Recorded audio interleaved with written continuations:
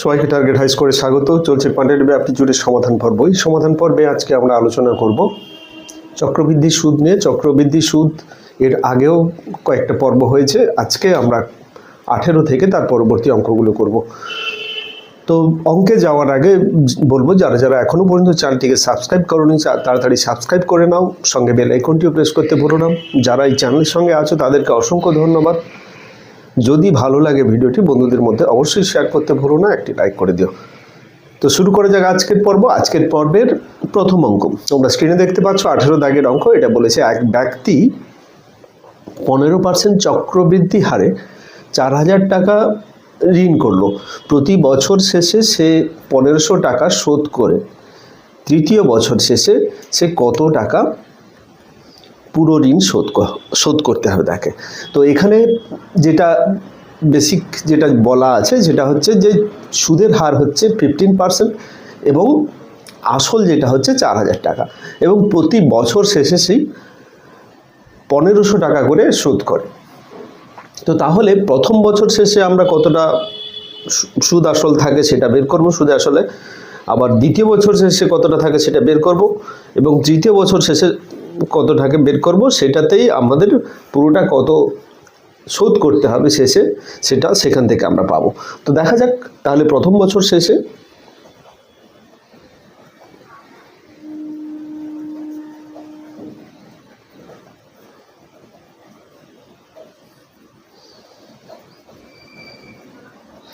সুদ আসল সমান কত হচ্ছে না, এখানে 4000 আসল,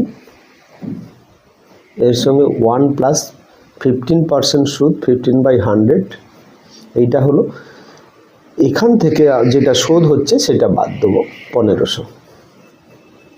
এই টাকাটা হচ্ছে প্রথম বছর শেষে সুদ আসল বরাবর, এই টাকাটা যেটা থাকবে সেটা। তো এটাতে আমরা ক্যালকুলেশন করব, ক্যালকুলেশন করে যেটা পাবো এটা যদি ক্যালকুলেশন করি, এটার ক্ষেত্রে আমরা পাচ্ছি কত না 4000 গুণিতক, এইটা পুরোটা যদি ক্যালকুলেশন করে নিই 1 প্লাস 15/100, এটা হবে 23/20 মাইনাস 1500। তাহলে এখান থেকে এটাকে যদি আমি ক্যালকুলেশন করে নিই, এটা দাঁড়াবে কত, তো 4600 হবে মাইনাস 1500।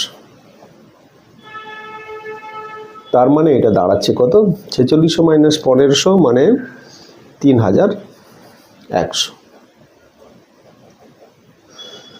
এই টাকাটা প্রথম বছর শেষে সুদ আসল বাবদ এটা হবে। দ্বিতীয় বছর শেষে তাহলে দ্বিতীয় বছর শেষে ওই একই রকমভাবে আমরা ক্যালকুলেশন করব। দ্বিতীয় বছর শেষে এটা হবে ওই 4000 গুণিতক 1 প্লাস 15/4000 নয়, সরি, এই ক্ষেত্রে এর লাস্টে যেটা থাকবে সেটাই আসবে, এই 3100 উপরে ক্যালকুলেশন করব, এইটা মাইনাস 1500 প্রত্যেক বছর শেষে 1500 টাকা পরিশোধ করছে। সেক্ষেত্রে ওটা ওই একই রকমভাবে আমাদের ক্যালকুলেশন করব। সেক্ষেত্রে ক্যালকুলেশানে আসবে কত না 3565 মাইনাস 1500,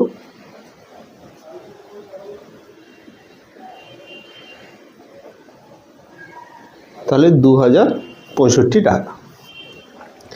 এইবারে তৃতীয় বছর শেষে ওই একই রকমভাবে যদি করি তৃতীয় বছর শেষে, তাহলে সেক্ষেত্রে আমরা কত পাচ্ছি, ওই একই রকমভাবে 2026-এর আমরা 15% ধরে ক্যালকুলেশন করব, সেখান থেকে 1500 টাকা বাদ দেবো। এই একই রকমভাবে ক্যালকুলেশন হবে।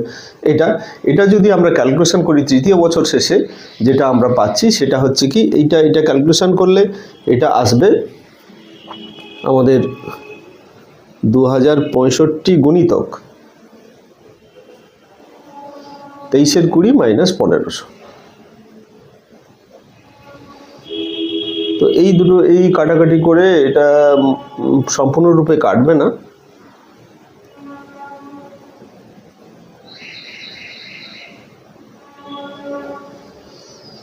2374.75 থেকে 1500 বাদ দেবো,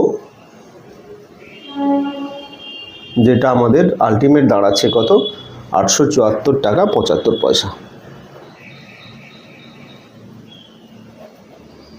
এইটা তাহলে তৃতীয় বছর শেষে যেটা আমাদের, যেটা এই ক্ষেত্রে যেটা দিতে হবে, যে পুরোটি শোধ হবে কত টাকা দিলে, সেটা হচ্ছে কত, একের দাগের অপশান 874 টাকা 75 পয়সা।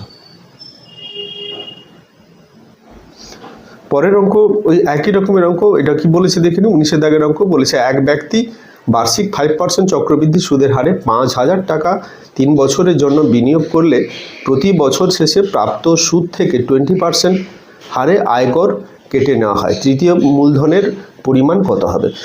তো কিছুটা আলাদা, এখানে 20% হারে কেটে নেওয়া হচ্ছে।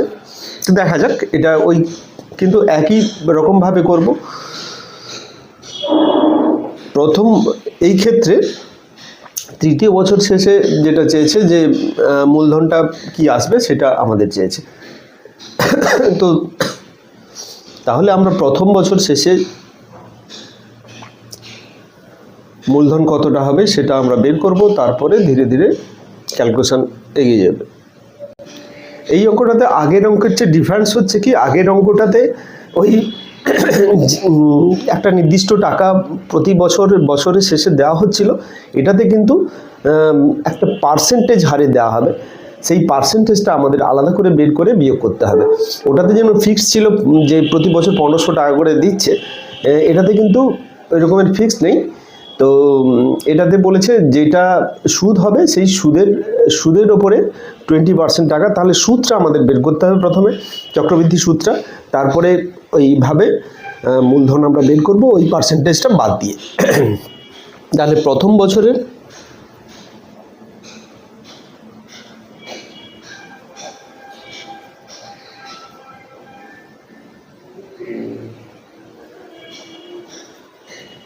চক্রবৃদ্ধি সুদ কি হবে না, প্রথম বছরের ক্ষেত্রে এটা 5000 টাকার উপরে হয়েছে, 5000 1 প্লাস কত পার্সেন্ট, 5%, 5/100 এটা হয়েছে। এখান থেকে যদি আমি 5000 বাদ দিই, তাহলে আমাদের চক্রবৃদ্ধি সুদটা আলটিমেট এটা কেটে যাচ্ছে, এটার সঙ্গে এটা গুণ হবে, তার মানে যেটা দাঁড়াচ্ছে আমাদের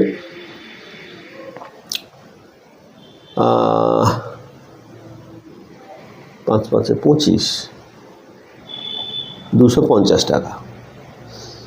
এখানে 500 একের সঙ্গে গুণ হলে 5000 একের সঙ্গে গুণ হলে এই 5000 এর সঙ্গে কেটে যাবে, আলটিমেট 5000 গুণিতক 5-এর 100, দুটো শূন্য কেটে যাবে, 50 গুণিতক 5 মানে এখানে 250 টাকা। তো প্রথম বছরের সুদ আমরা যেটা পেলাম সেটা হচ্ছে 250 টাকা। এরপরে ওই 250 টাকার 20% আমাদের বাদ দিতে হবে, তাহলে আমরা প্রথম বছর পরে মূলধন আমরা পাবো প্রথম বছর শেষে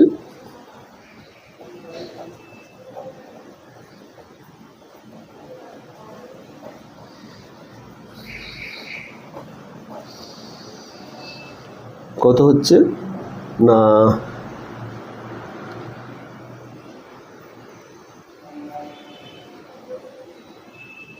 আমাদের প্রথম বছরে এই ক্ষেত্রে 5000 প্লাস 250, 5250, সেখান থেকে 250-এর কত পার্সেন্ট ছিল যেন, 20%, মানে 20/100 এইটা, মানে এখান থেকে আমাদের বাদ যাবে কত, 50 বাদ যাবে, তার মানে হচ্ছে 5200। এই টাকাটা হচ্ছে প্রথম বছর শেষে যেটা মূলধন হবে। এইবারে দ্বিতীয় বছর শেষে ওই একই রকমভাবে বের করব, প্রথমে সুদ, দ্বিতীয় বছরের সুদ, মূলধন ছিল 5200, সেখান থেকে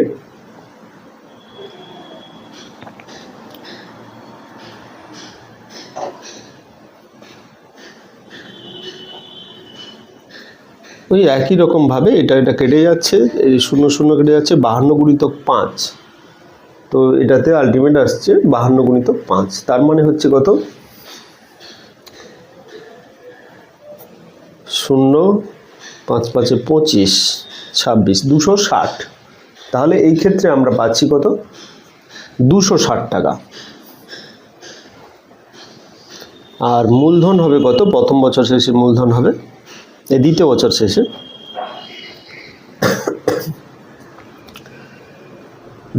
শেষে মূলধন আমরা যেটা পাচ্ছি সেটা হচ্ছে এটার সঙ্গে এটা যোগ করব, এই যে এইটা ছিল এটার সঙ্গে যোগ করব 5460, সেখান থেকে 260-এর এটা কত পার্সেন্ট আছে? 20%। এর 20% মানে হচ্ছে 20/100। দুটো শূন্য কেটে যাবে, তার মানে 26 দিয়ে 52। তাহলে এটা থেকে যদি আমরা 52 বাদ দিই তাহলে হচ্ছে কত? 5408 টাকা। এটা আমরা পেলাম। এরপরে তৃতীয় বছরের সুদ বের করব এবং সেখান থেকে এবারে তৃতীয়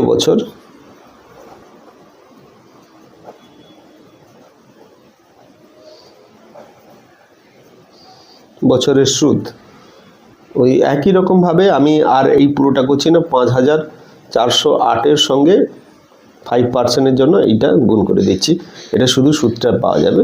এবারে এটা যদি ক্যালকুলেশন করি, ক্যালকুলেশন করলে দেখব তৃতীয় বছরের ক্ষেত্রে সুদটা কত হচ্ছে আমাদের? 270 টাকা 40 পয়সা। অ্যাকচুয়াল এইটা যেটা এই নিয়মেই হয়েছে, কিন্তু এই যে এইটা কেটে যাচ্ছে, এটা কেটে যাচ্ছে বলে শুধু এটার সঙ্গে এটা গুণ হয়ে পড়ে থাকছে, সেইটা আমি আর ওটা করলাম না, ওটা ডাইরেক্ট এটা করে নিলাম। এরপরে মূলধনটা আমরা পাবো। তৃতীয় বছরের মূলধন হচ্ছে এটার সঙ্গে যদি আমি এটার সঙ্গে যোগ করে দিই তাহলে থাকছে 5678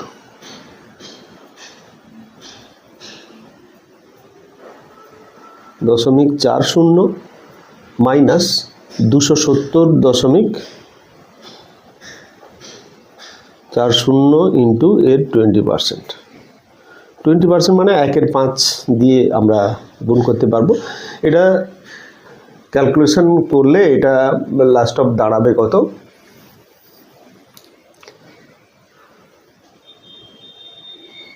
না, এটাতে দাঁড়াবে 54.08। তাহলে এটা দাঁড়াবে 5624.32 এই টাকাটা 5624.32 টাকা। এখানে এর দাগের অপশানটা কারেক্ট অপশান হচ্ছে। তাহলে এইভাবে আমাদের এটা ক্যালকুলেশন করব। চলে যাচ্ছে নেক্সট অঙ্কে। নেক্সট অঙ্কটা দেখে নিই। 20 দাগের অঙ্ক বলেছে 30,000 টাকার বার্ষিক 7% হারে চক্রবৃদ্ধি সুদ 4,347 টাকা হলে সময় কত হবে? সময়টা বের করতে হবে এখানে। তাহলে 30,000 টাকার সুদ দেওয়া আছে, তাহলে সুদ আসল কত হচ্ছে এই ক্ষেত্রে?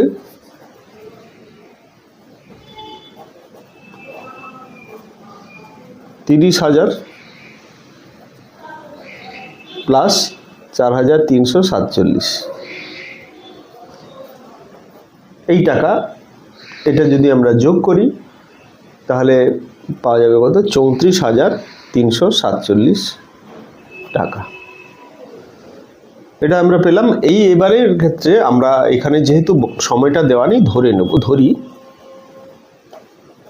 সময় সমান n বছর, বছরে দেওয়া আছে, বছরে ধরতে হবে। তাহলে এবারে সূত্রে আমরা বসাবো। অতএব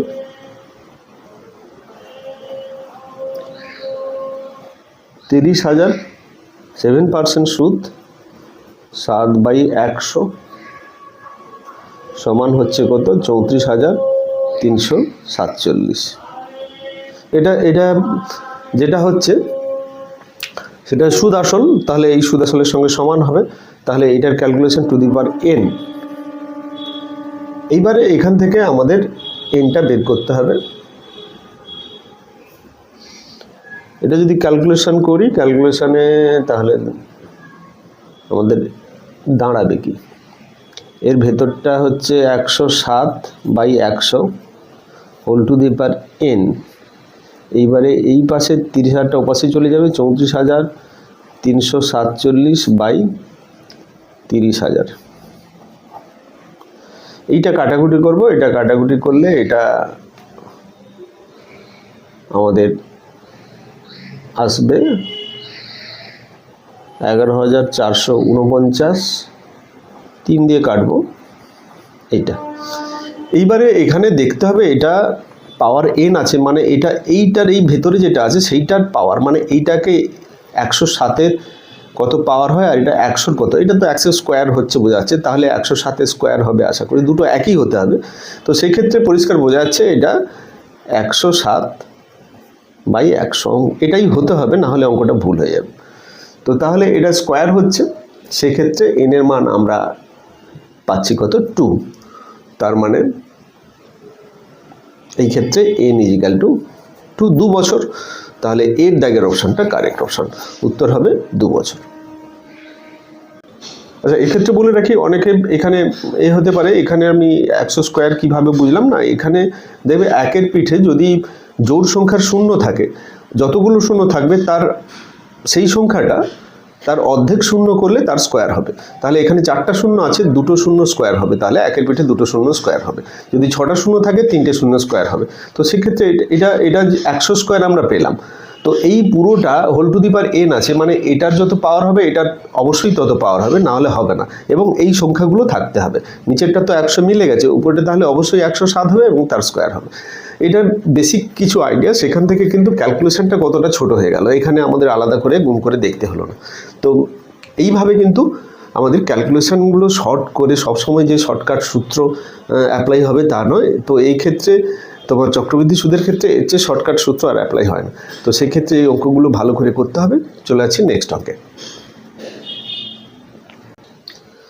21 দাগের অঙ্ক। এটা বলেছে কত, যে 26,500 টাকায় 2 বছরের প্রাপ্ত চক্রবৃদ্ধি সুদ হলো, এখানে যেটা দেওয়া আছে 9,775.85 টাকা।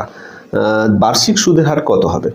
তো আগের অঙ্কটার মতোই এক্ষেত্রে কিন্তু ওই আগের অঙ্কের মতোই ক্যালকুলেশন তোমরা করতে থাকো, যেভাবে ওখানে ক্যালকুলেশনটা শর্ট প্রসেসে শেখালাম সেইভাবেই হবে এখানে।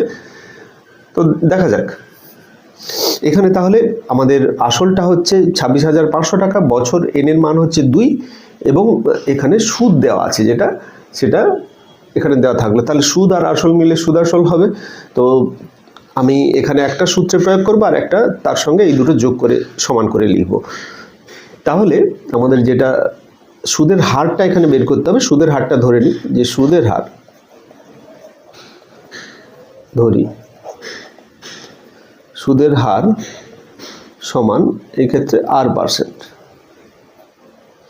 তাহলে আমরা দেখতে পাবো কি না, 26,500 গুণিতক 1 প্লাস r/100 2 বছর সমান কত হচ্ছে না, সমান হচ্ছে 26,500 যুক্ত 9,775.85। এটা আমরা ক্যালকুলেশন করব, ক্যালকুলেশন করলে এটা হবে 36,275.85।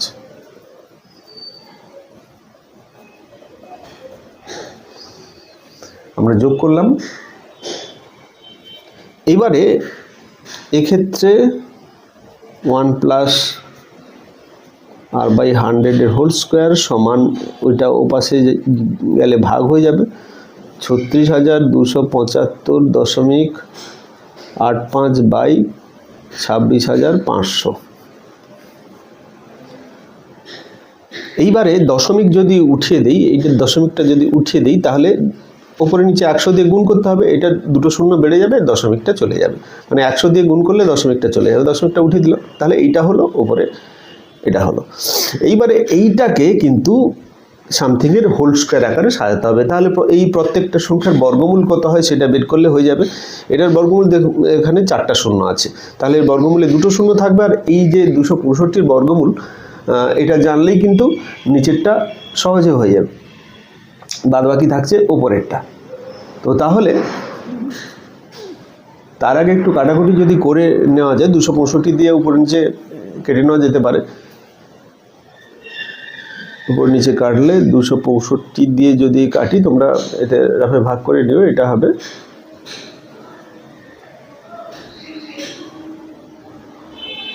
বাই এটা। তো এটাকে আমরা স্কোয়ার আকারে সাজাবো। স্কোয়ার আকারে সাজালে হবে কত না, এইটার যদি স্কোয়ার আকারে সাজাই তাহলে আসবে 117/100 হোল স্কোয়ার। তাহলে এই যে এটা সমান পেলাম এটা, তাহলে আলটিমেট আমরা কত পাচ্ছি, 1 + r/100 স্কোয়ার যদি তুলে দিই তাহলে 117/100। তার মানে এই পাশটা যদি এখানে 1টা উপাসে চলে যাবে, r/100 সমান হতে 1 মাইনাস হয়ে যাবে। 1 মাইনাস হলে 17/100 পড়ে থাকবে, তাহলে 100 কেটে যাবে, r = 17। তাহলে এটাই হচ্ছে আমাদের ক্যালকুলেশন, 17%। অতএব সুদের হার সমান 17%। শীট দাগের অপশানটা কারেক্ট অপশান। নেক্সট অঙ্কে চলে যাই। নেক্সট অঙ্ক 22-এর দাগের অঙ্ক, দেখে নিই কী বলেছে। 2000 টাকায় 2 বছরের চক্রবৃদ্ধি সুদ 2226.05 টাকা হলে সুদের হার কত হবে। তো একই রকমভাবে সুদের হার চেয়েছে। সুদের হার এখানে আমরা ধরে নেব, ধরি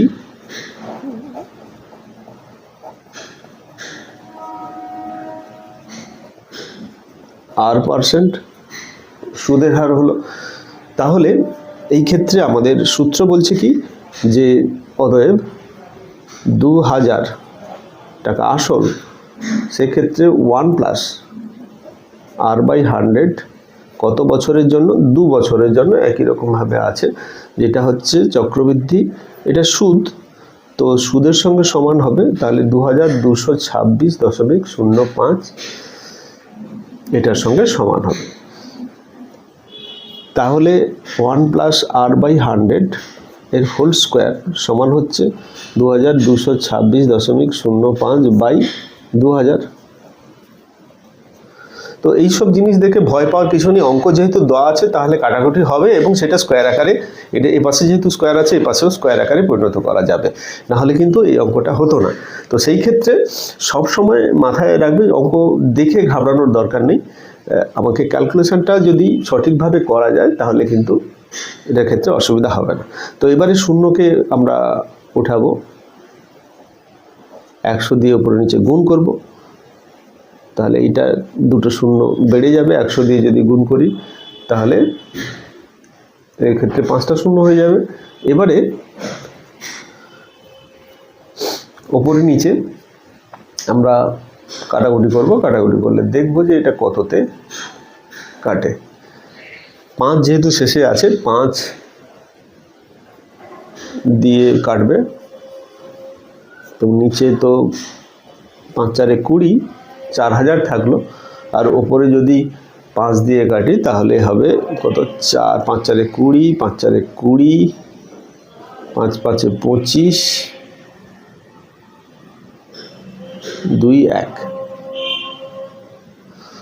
তার মানে আলটিমেট এটা দাঁড়াচ্ছে কত, 211/200 এটার হোল স্কোয়ার। তাহলে সেটা হোল স্কোয়ার আকারে শেষ পর্যন্ত তৈরি হলো, এবং হবেই। অঙ্ক যেহেতু দেওয়া আছে এটা হবে, ঘাবড়ানোর কিছু নেই। তাহলে এটাকে আমরা লিখতে পারি 1 + r/100, স্কোয়ারটা বোথ সাইড বাদ দেবো, 200। এবারে 1টাকে এ পাশে নিয়ে চলে আসবো, r/100 সমান 1 এ পাশে গেলে 2 ওপরে এটা -1 হবে, তাহলে 211 - 200 মানে 11 থাকছে বাই 200।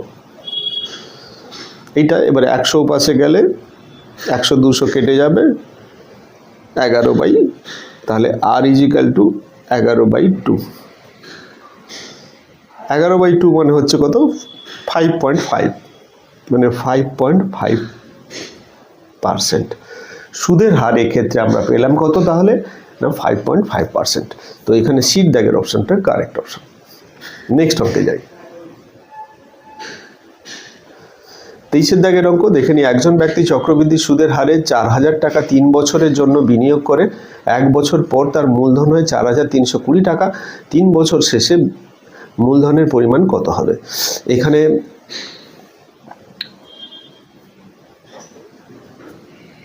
একটু প্যাটার্নটা চেঞ্জ হয়েছে। তো আমরা সুদের হারটা ধরে নেব, ধরি বার্ষিক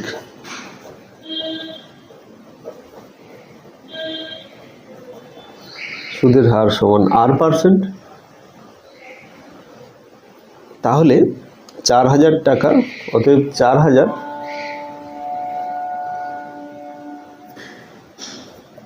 1 প্লাস R/100 সমান কত হচ্ছে 4000 মূলধন, যেটা হচ্ছে 1 বছর পর এত টাকা মূলধন হয়। 4000 সুদ আসল যেটা হবে সেটা হচ্ছে মূলধন, 1 বছর পরের মূলধন। তো সেক্ষেত্রে আমরা পেলাম এইটা, এখানে 4000 ওপাশে চলে যাবে। অতএব এখান থেকে আমরা লিখতে পারি 1 প্লাস R/100 সমান কত হচ্ছে 4320/4000।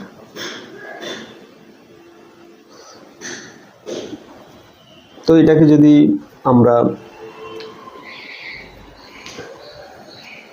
4000 আছে, এটা 40 দিয়ে কেটে দিতে পারি, উপরে নিচে কাটাকুটি হয়ে যাবে, কাটলে 108/100। তো এখান থেকে আমরা পাচ্ছি R/100, এটা 1 ওপাশে গেলে সমান হবে 8-এর 100। তো এখান থেকে R = 8। তাহলে এই ক্ষেত্রে আমরা যেটা পাচ্ছি কত, যে সুদের হার সমান 8% হলো, সুদের হার 8%। এবারে যেটা চেয়েছে কি আমাদের, কিন্তু ওটা চাইনি আলটিমেট, 3 বছর পরে মূলধনের পরিমাণ কত হবে। 3 বছর পর মূলধনের পরিমাণটা 8% হারে সুদে। অতএব 3 বছর পর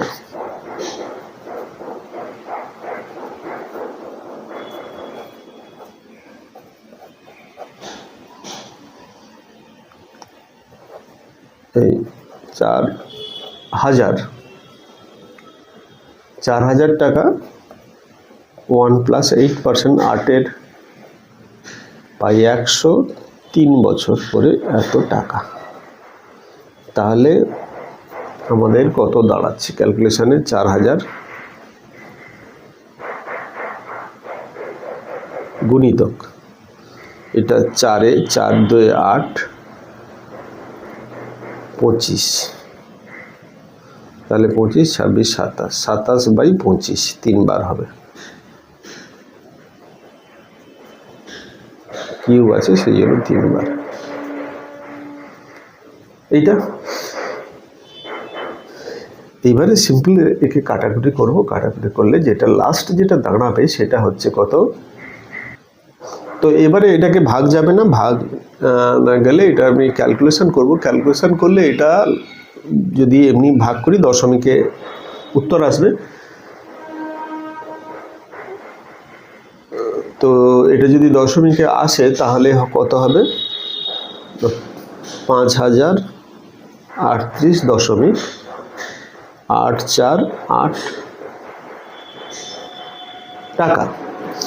তো এই ক্ষেত্রে আমাদের যেটা বলেছে, এখানে বলেছে নিকটতম মানটা বের করতে হবে, মানে অ্যাপ্রক্সিমেট মান একটা নিতে হবে।